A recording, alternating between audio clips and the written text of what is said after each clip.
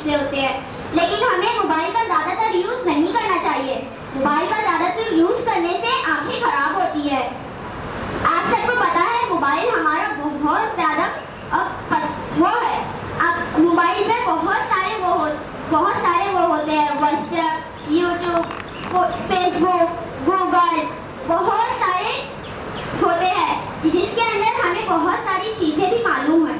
जैसे व्हाट्सएप हम अपने काम के लिए यूज़ करते हैं, यूट्यूब कोई भी चीज़ हमें चाहिए है तो उसके लिए इस्तेमाल करते हैं, और गूगल हम कोई भी सवाल का जवाब या हमें कुछ भी और की ज़रूरत होती है हम उसका इस्तेमाल करते हैं। मोबाइल एक बहुत फ़ायदेमंद है। मोबाइल सबके लिए काम आती है। मोबाइल हर एक के लिए बहुत ज़्यादा ज़रूरी है।